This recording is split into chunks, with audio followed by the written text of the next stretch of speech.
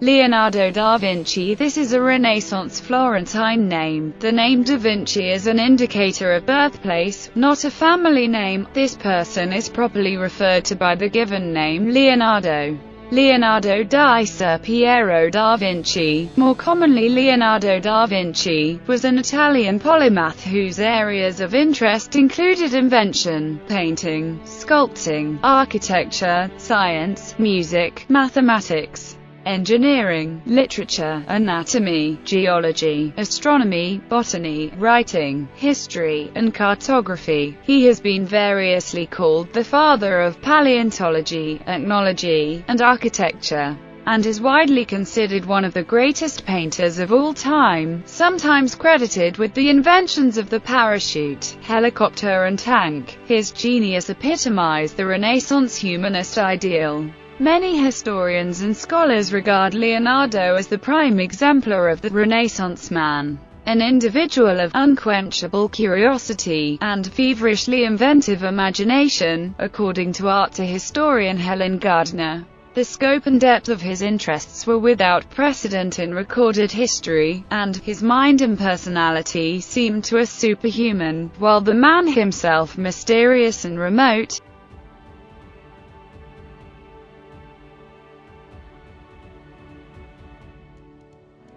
Born out of wedlock to a notary, Piero da Vinci, and a peasant woman, Caterina, in Vinci in the region of Florence. Leonardo was educated in the studio of the renowned Florentine painter Andrea del Verrocchio. Much of his earlier working life was spent in the service of Ludovico il Moro in Milan. He later worked in Rome, Bologna and Venice, and he spent his last years in France at the home awarded to him by Francis. Leonardo was, and is, renowned primarily as a painter. Among his works, the Mona Lisa is the most famous and most parodied portrait, and the Last Supper the most reproduced religious painting of all time, with their fame approached only by Michelangelo's The Creation of Adam. Leonardo's drawing of the Vitruvian Man is also regarded as a cultural icon, being reproduced on items as varied as the euro coin, textbooks, and T-shirts. Perhaps 15 of his paintings have survived, the small number because of his constant, and frequently disastrous, experimentation with new techniques. Nevertheless, these few works, together with his notebooks, which contain drawings, scientific diagrams, and his thoughts on the nature of painting, compose a contribution to later generations of artists rivaled only by that of his contemporary, Michelangelo. Leonardo is revered for his technological ingenuity. He conceptualized flying machines, a type of armored fighting vehicle, concentrated solar power, an adding machine, and the double hull, also outlining a rudimentary theory of plate tectonics. He made substantial discoveries in anatomy, civil engineering, optics, and hydrodynamics. Leonardo is widely recognized as one of the most diversely talented individuals ever to have lived.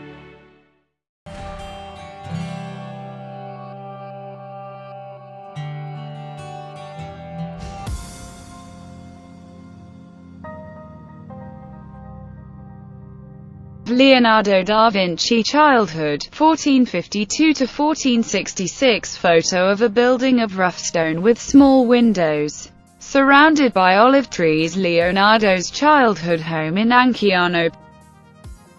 Pen drawing of a landscape with mountains, a river in a deep valley, and a small castle. Leonardo's earliest known drawing, the Arno Valley, 1473. Leonardo was born on 15 April 1452, Old Style, at the third hour of the night, in the Tuscan hill town of Vinci, in the lower valley of the Arno River in the territory of the Medici-ruled Republic of Florence. He was the out-of-wedlock son of the wealthy Messer Piero Fruosino di Antonio da Vinci, a Florentine legal notary, and Caterina, a peasant. Leonardo had no surname in the modern sense, Da Vinci, simply meaning of Vinci. His full birth name was Leonardo di Ser Piero da Vinci, meaning Leonardo, son of Emmys, Ser Piero from Vinci. The inclusion of the title, Sir, indicated that Leonardo's father was a gentleman. Little is known about Leonardo's early life. He spent his first 5 years in the hamlet of Vanciano in the home of his mother. Then from 1457 he lived in the household of his father, grandparents and uncle, Francesco. In the small town of Vinci, his father had married a 16-year-old girl named Albira, who loved Leonardo but died young. When Leonardo was 16, his father married again to 20-year-old Francesca Lanfredini. It was not until his third and fourth marriages that Ser Piero produced legitimate heirs. Leonardo received an informal education in Latin, geometry and mathematics. In later life, Leonardo recorded only 2 childhood incidents. One, which he regarded as an omen, was when a kite dropped from the sky and hovered over his cradle, its tail feathers brushing his face. The second occurred while he was exploring in the mountains. He discovered a cave and was both terrified that some great monster might lurk there and driven by curiosity to find out what was inside.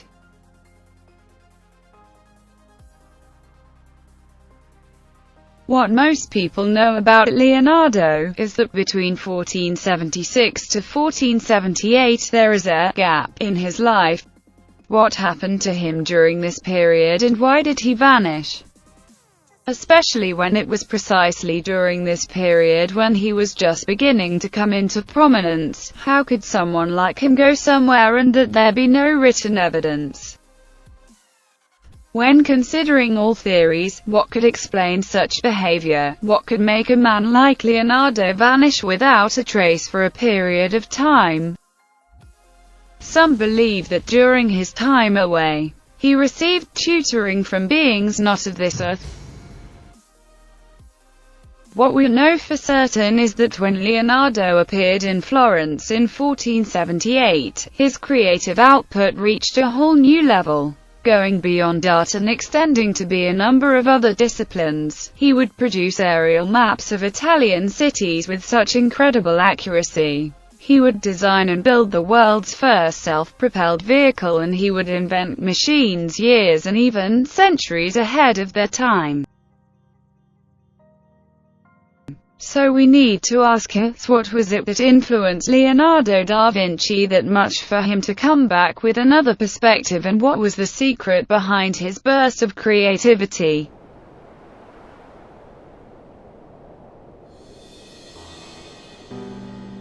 Leonardo's early life has been the subject of historical conjecture. Vasari, the 16th-century biographer of Renaissance painters, tells of how a local peasant made himself a round shield and requested that Ser Piero have it painted for him. Leonardo responded with a painting of a monster spitting fire, which was so terrifying that Ser Piero sold it to a Florentine art dealer, who sold it to the Duke of Milan. Meanwhile, having made a profit, Ser Piero bought a shield decorated with a heart pierced by an arrow, which he gave to the peasant.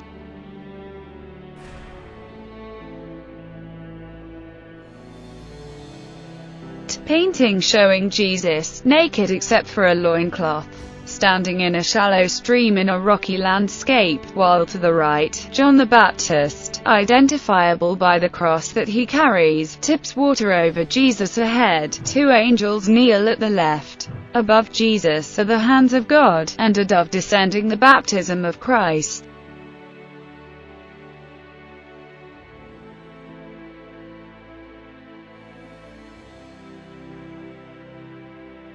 In 1466, at the age of 14, Leonardo was apprenticed to the artist Andrea di Cione, known as Verrocchio, whose workshop was one of the finest in Florence. He apprenticed as a garzone, studio boy, to Andrea del Verrocchio. the leading Florentine painter and sculptor of his day. Other famous painters apprenticed or associated with the workshop include Domenico Ghirlandaio, Perugino, Botticelli, and Lorenzo di Creda. Leonardo would have been exposed to both theoretical training and a vast range of technical skills including drafting, chemistry, metallurgy, metalworking, plaster casting, leatherworking, mechanics and carpentry, as well as the artistic skills of drawing, painting, sculpting and modeling. Much of the painted production of Verrocchio's workshop was done by his employees. According to Vasari, Leonardo collaborated with Verrocchio on his The Baptism of Christ,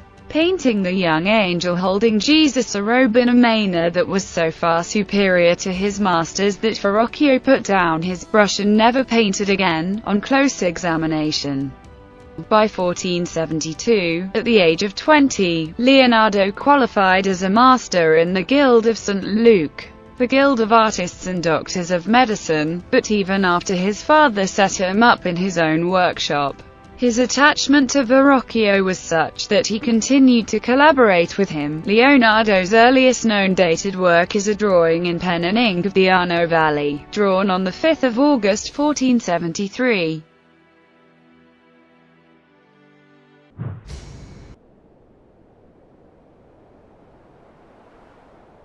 1476 to 1513, an unfinished painting showing the Virgin Mary and Christ Child surrounded by many figures who are all crowding to look at the baby. Behind the figures are a distant landscape and a large ruined building. More people are coming in the distance.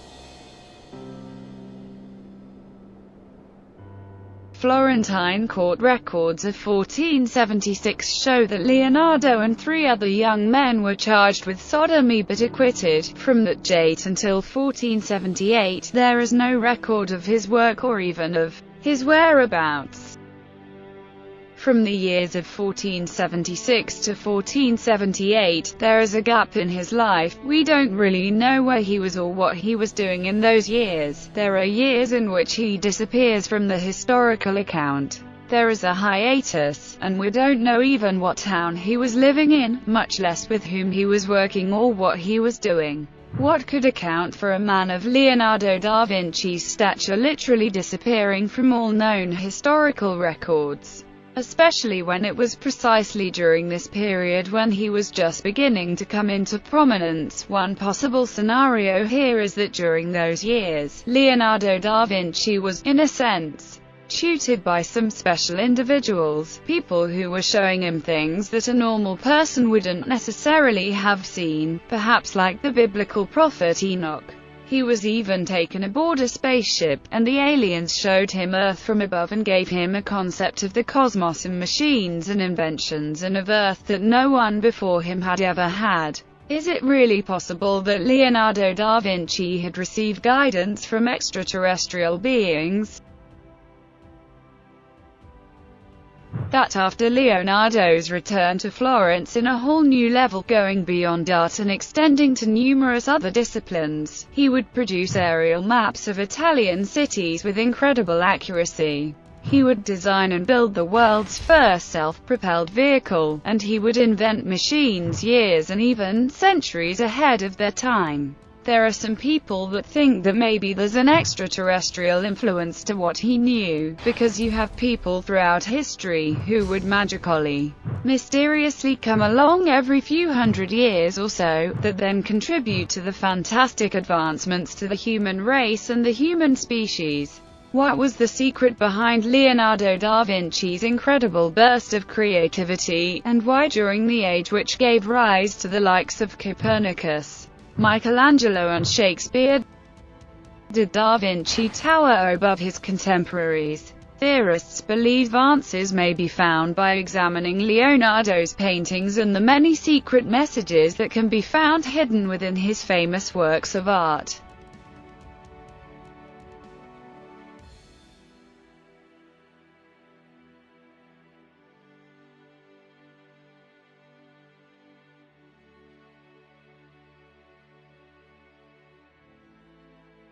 Leonardo is quite well documented compared with most artists of the time. We've got thousands and thousands of pages of writing, which tell us a lot about what he's thinking about. But there's almost no personal record. Interestingly, Leonardo is quite a private figure in that respect. Found among Leonardo's papers were a few personal anecdotes, composed just after his 2-year disappearance between 1476 and 1478. In one account, the artist details his youthful adventure encountering a vast, mysterious cave. He describes being on the edge of this dark cave, and saying that he felt terrified by the darkness of the cave and what might be within it. On the other hand, he felt a certain desire to try to understand what was in there. Some have speculated that this incident occurred around the same time in his childhood as when he fashioned his famous shield with the head of the monstrous Medusa on it. So the question is, what exactly did Leonardo find in this cave? We can assume that this was a very significant event in his life, because it made a strong enough impression on him to write it down as one of the few autobiographical notes he ever made. Why did Leonardo da Vinci, a man who wrote almost nothing of his personal life, choose to write about this cave as one of the first entries in his journal, and why was his experience with the cave so important to him? Some theorists believe that several of the artist's paintings and drawings provide evidence that Da Vinci may have had an extraterrestrial encounter. One of the things that we see in the grotesque heads is a fairly marked departure from the natural appearance of the human body, the human face, even in its most extreme manifestation, visually. The works are so compelling, they're often slightly creepy, they've got this very strange presence to them. They are misshapen faces, elongated skulls, flattened faces, very eerie, troubling, monstrous images. Now this is an artist known for careful, realistic depiction of what he was looking at, which raises the question, what in the world was he looking at? Did he actually encounter creatures that looked like this? They're very, very strange. Are Leonardo's grotesque heads simply products of the artist's creative imagination? Or might they be evidence of Da Vinci's encounters with otherworldly beings?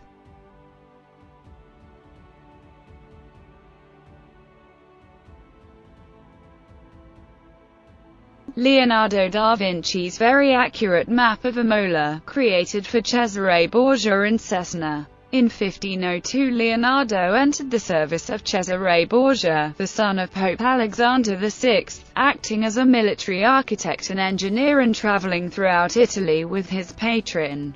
Leonardo created a map of Cesare Borgia's stronghold, a town plan of Imola, in order to win his patronage. Maps were extremely rare at the time, and it would have seemed like a new concept. Upon seeing it, Cesare hired Leonardo as his chief military engineer and architect. Later in the year, Leonardo produced another map for his patron, one of Chiana Valley, Tuscany, so as to give his patron a better overlay of the land and greater strategic position. He created this map in conjunction with his other project of constructing a dam from the sea to Florence, in order to allow supply of water to sustain the canal during all seasons.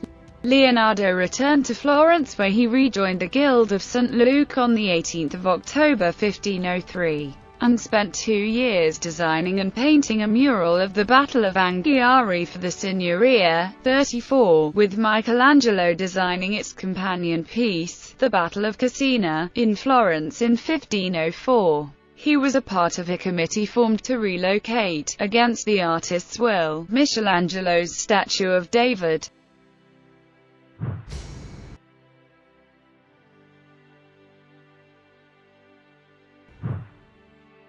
Lorenzo Ghiberti's Gates of Paradise. Leonardo's youth was spent in a Florence that was ornamented by the works of these artists and by Donatello's contemporaries, Masaccio, whose figurative frescoes were imbued with realism and emotion, and Ghiberti, whose Gates of Paradise, gleaming with gold leaf, displayed the art of combining complex figure compositions with detailed architectural backgrounds. Piero della Francesca had made a detailed study of perspective, and was the first painter to make a scientific study of light.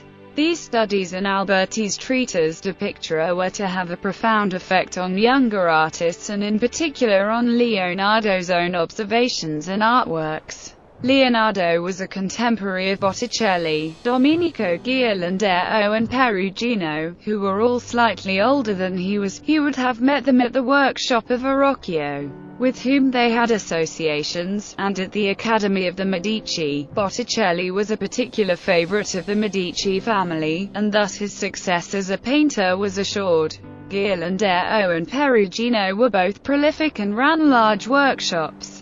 They competently delivered commissions to well-satisfied patrons who appreciated Ghirlandaio's ability to portray the wealthy citizens of Florence within large religious frescoes, and Perugino's ability to deliver a multitude of saints and angels of unfailing sweetness and innocence. Leonardo visited the home of the Medici, and through them came to know the older humanist philosophers, of whom Marsilio Ficino, proponent of Neoplatonism, Cristoforo Landino, writer of commentaries on classical writings, and John Argyropoulos, teacher of Greek and translator of Aristotle, were the foremost. Also associated with the Academy of the Medici was Leonardo's contemporary, the brilliant young poet and philosopher Pico della Mirandola. Leonardo later wrote in the margin of a journal, "The Medici made me and the Medici destroyed me," while it was through the action of Lorenzo that Leonardo received his employment at the court of Milan. It is not known exactly what Leonardo meant by this cryptic comment.